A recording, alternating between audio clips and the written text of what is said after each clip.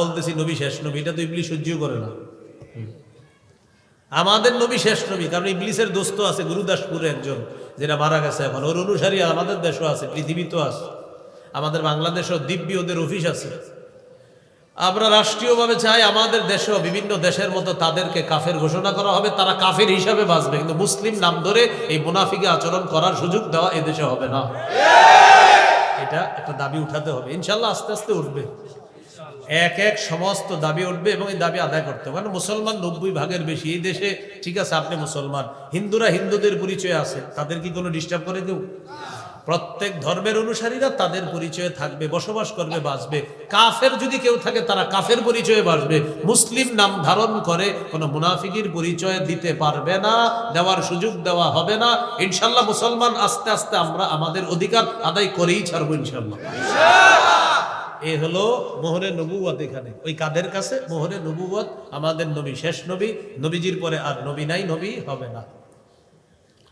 রাসূল সাল্লাল্লাহু আলাইহি সাল্লামের বুক মুবারক কেমন ছিল? কানা রাসূলুল্লাহ সাল্লাল্লাহু আলাইহি ওয়াসাল্লাম আরিদাস সাদরি, নবীজির বুক ছিল চওড়া, প্রশস্ত, দাকিকাল মাসরুবা, বুক থেকে নাভি পর্যন্ত একটা পশমের চিকন সরু রেখা, একদম চিকন পাতলা একটা আপনার পশমের রেখা, বুক থেকে নাভি পর্যন্ত, যেন কোনো শৈল্পিক সৌন্দর্য আল্লাহ তাআলা আমার হাবিবের বুক থেকে নাভি পর্যন্ত আল্লাহ বসায় দিয়েছে।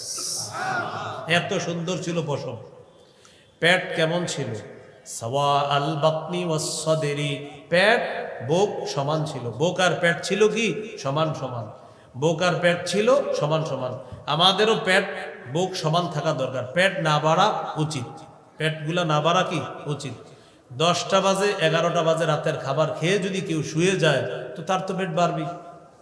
এই জন্য আশা খেতে হবে ঈশার আগে। বলেন আশা খেতে হবে ঈশার আগে। আশা মানি হলো, বলেন রাতের খাবার। আশা অর্থ কি? এই জন্য এখন থেকে বলবেন আশা খাবো এশার আগে, আশা খাবো ঈশার আগে। স্ত্রীর বলবেন কি আশা কালকে থেকে এশার আগে দিবা। বললে আরে কি আশা? বলবেন আশা মানি রাতের খাবার, এখন থেকে আশা হবে ঈশার আগে, মানে আশা মানি রাতের খাবার, এটা খাবো ঈশার আগে। ঈশা মানি ঈশার নামাজ, আশা মানি রাতের খাবার। তাহলে এটা সহজে মনে রাখবেন, আশা খাবো ঈশার আগে। এই জন্য বললাম তাহলে ঈশা এশার নামাজ, আশা রাতের খাবার, তো সহজে মনে থাকবে আমাদের। তো এটা খেতে হবে এশার নামাজের আগে। খাওয়ার পর এশা পড়বেন, এশার পরে 2 রাকাত সুন্নত পড়বেন, সুন্নত পড়ার পরে আরো 8 রাকাত পড়বেন, তাহলে 6 আর 8 কত হয়? 14। এরপরে আরো 3 রাকাত বিতির পড়বেন, এই হলো 17 রাকাত। বাসায় আসবেন, স্ত্রীর সাথে কিছু ধর্মীয় কথা বলে তাড়াতাড়ি শুয়ে যাবেন। তাহাজ্জুদ নামাজ পড়ার চেষ্টা করবেন। তাহাজ্জুদ পড়ার পর ফজরের আজান দিবে, 2 রাকাত সুন্নত ঘরে পড়বেন যদি অনেক বেশি সময় থাকে। সময় থাকার পর ঘরে সুন্নত পড়ে স্ত্রীর দিকে তাকাবেন। তাকানোর পর যদি দেখেন আপনার স্ত্রী ঘুমিয়ে আছে, তাকে জাগ্রত করবেন। যদি তিনি জাগ্রত থাকে তার সাথে 2-4টা ধর্মীয় কথা বলবেন, এমনি 2-4টা বলবেন। কেন বলবেন? আমার নবী বলছে। কেন জাগ্রত করবেন? আমার নবী জাগ্রত করছে এই জন্য। তো জাগ্রত করার আগে আল্লাহকে বলে নিবেন, আল্লাহ ইসরাফিলের রব, মিকাইলের রব, মুহাম্মদ সাল্লাল্লাহু আলাইহি সাল্লামের রব, এটা বলবেন। হে আল্লাহ, ইসরাফিলের রব, জিব্রাইলের রব, মিকাইলের রব, আল্লাহুম্মা রব্বা জিবরিলা ও মিকাইল, ও জিব্রাইলের রব, ও মিকাইলের রব, ও মুহাম্মদ সাল্লাল্লাহু আলাইহি সাল্লামের রব, আমাকে আপনি মাফ করেন, আমাকে আপনি মাফ করেন, আমাকে আপনি মাফ করেন। 3বার বলবেন। বলার পর স্ত্রীর দিকে তাকাবেন। যদি তিনি ঘুমন্ত থাকে তাকে জাগ্রত করবেন। আম্মা জান আয়েশা সিদ্দিকা রাদিয়াল্লাহু তাআলা আনহা বলেন, আমি ঘুমন্ত থাকলে নবী আমাকে জাগ্রত করতেন। এই স্ত্রীর সাথে একটু ধর্মীয় কথা বলবেন, ভালো কথা। আম্মা জান বলেন, নবী আমার সাথে কথা বলতেন। কথা বলার পর হযরত বেলাল রাদিয়াল্লাহু তাআলা আনহু আয়েশা ডাক দিতেন, তখন নবী মসজিদে ফজরের নামাজ পড়ানোর জন্য মসজিদে রওনা করতেন। বাকি এখানে আরেকটা সুন্নাহ আছে, এটা আপনাদেরকে আমি বলি, যাদের সম্ভব হবে আমল করবেন। যদি বলেন এটা আমল করতে গিয়ে আরেকটা ছুটে যায় তাহলে করবেন না। সেটা কি? নবীজি একটু শুইতেন না, আপনারা শুইলে তো ঘুমায় যাবেন। মানে ফজরের সুন্নত পড়ার পর নবীজি একটু শুইতেন, কেন আমরা শুইলে কি হবে? ওইটা দেখবো 10টা।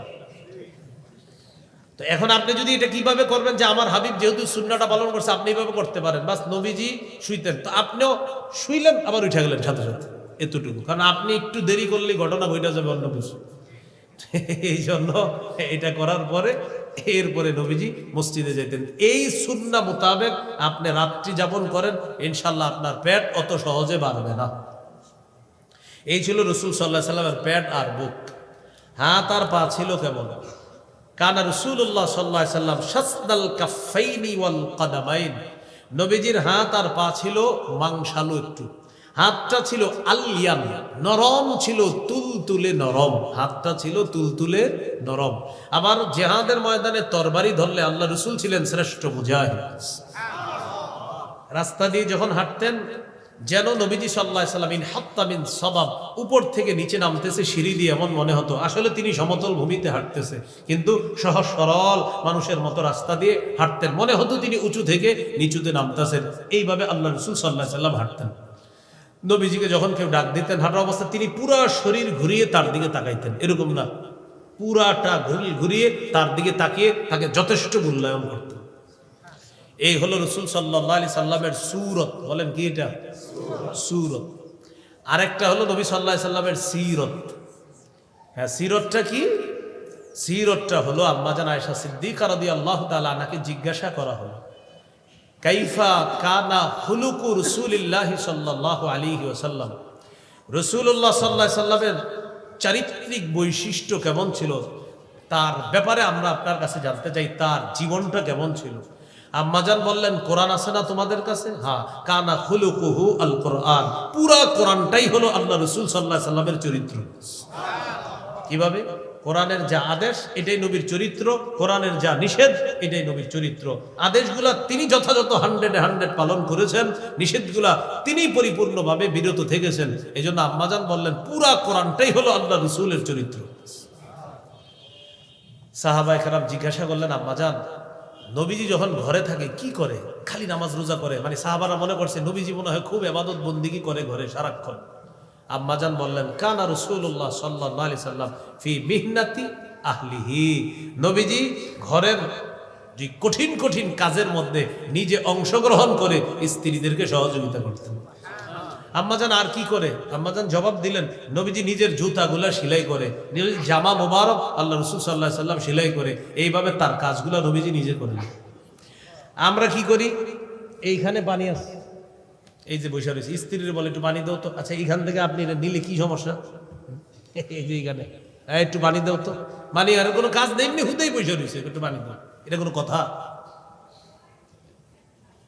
নবীজি আমাদেরকে কি শিখাইলেন? আর উনি আবার স্ট্যাটাস দেয় ফেসবুকে, আপনার এইভাবে ওনার স্ত্রী দিয়ে পানি দেওয়ার ফেসবুকে আবার স্ট্যাটাস দিবে, দেখেন আমার বিবি আমার কতটা খেয়াল রাখে, আমনে আনতে পানি আনায় খান আর না খেয়াল রাখা বলে। তো রাসূলুল্লাহ সাল্লাল্লাহু আলাইহি সাল্লামের জীবন আমাদের জন্য আদর্শ, ঠিক না ভাই? তো নবীজি সাল্লাল্লাহু আলাইহি সাল্লাম ঘরের কাজে অংশগ্রহণ করতেন, জুতা সেলাই করতেন, নিজের জুতা। নবীজি সাল্লাল্লাহু আলাইহি সাল্লাম জামা মোবারক সেলাই করতেন, এগুলো আল্লাহ রাসূল নিজে করতেন। নবীজি বললেন, শোনো, তোমাদের মধ্যে সর্বোত্তম ওই ব্যক্তি যার চরিত্রটা সবচেয়ে ভালো, সে হলো তোমাদের মধ্যে সবচেয়ে পরিপূর্ণ মুমিন। আর শোনো, তোমাদের মধ্যে সর্বোত্তম ওই ব্যক্তি যে তার স্ত্রীর কাছে উত্তম। আর শোনো, আমি নবী আমার স্ত্রীদের কাছে পৃথিবীর সর্বশ্রেষ্ঠ চরিত্রের অধিকারী। এ হলো নবীর সিরাত। এটা কি নবীজির সিরাত? নবীর সিরাতের গুরুত্বপূর্ণ 3টি অংশ আমরা আমাদের জীবনে আনার চেষ্টা করব।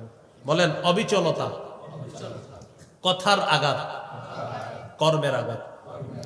অবিচল ভাবে দাওয়াত দিব, কথার আঘাত সহ্য করব, কর্মের আঘাত সহ্য করব। এই 3টা বিষয় বৈশিষ্ট্য আমরা আমাদের মধ্যে আনার চেষ্টা করব। অবিচল ভাবে দাওয়াত দিতে হবে। নূহ আলাইহিস সালাতু ওয়াস সালাম তিনি বলেন, রব্বি ইন্নী দাউতু কওমি লাইলা ওয়া নাহারা। তার বক্তব্য আল্লাহ কোরআনে আনছে সূরা রূহের মধ্যে, আল্লাহ আমি আমার জাতিকে দিনে দাওয়াত দেই, রাতে দাওয়াত দেই, ফালাম ইয়াজিদহুম দুআই ইল্লা ফিরারা। আমার দাওয়াতে এরা শুধু পলায়, আল্লাহ এরা শুধু পলায়ন করে। ইন্নী কুল্লামা দাউতুহুম লিতাগফিরা লাহুম জাআলু আসাবিআহুম ফি আযানিহিম। আল্লাহ আমি যখনই তাদেরকে দাওয়াত দিয়েছি আপনি যেন মাফ করেন, তারা তাদের কানে আঙ্গুল ঢুকাইছে যেন আমার কথা তাদের কানে না যায়।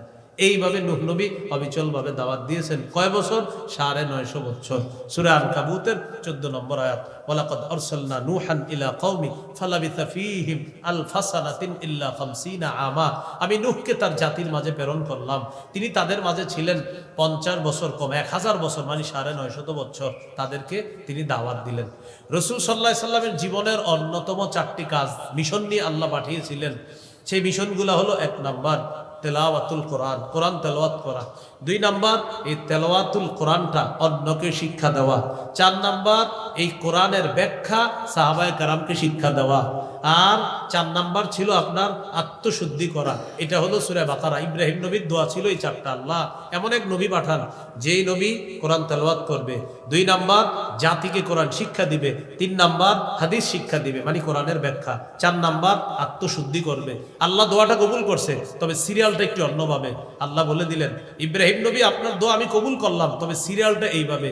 আল্লাহ নবীকে আল্লাহ পাঠাইলেন, তিনি 1 নাম্বার কোরআন তেলাওয়াত করবে, 2 নাম্বার তিনি আত্মশুদ্ধি করবে। ইব্রাহিম নবী দোয়ার মধ্যে 4 নাম্বারে বলছিলেন আত্মশুদ্ধি, আল্লাহ বললেন না, 2 নাম্বারে আত্মশুদ্ধি।